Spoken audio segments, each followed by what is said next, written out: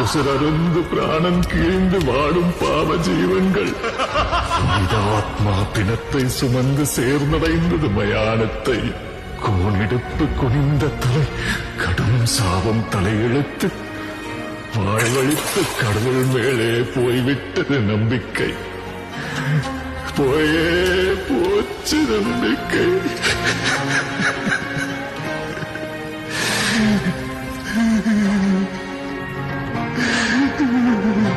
ஆனால்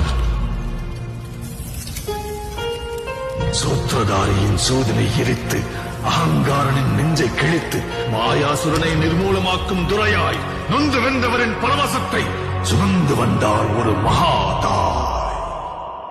கருவினில் என்னை சுமந்து தெருவினில் நீ நடந்தால் தேரினில் ஊர்வலமே அம்மா. ஜோதியாய் ஒரு பெண் எரிமலை ஒன்றை பெற்றெடுத்தார்.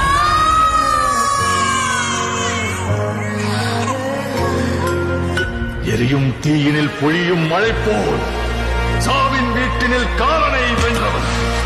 ஆணவத்திற்கு எதிராய் கிளர்ச்சி ரூபத்தில் லங்கேஸ்வரனுக்கு எதிராய் வெள்ளேந்தி நின்றார்.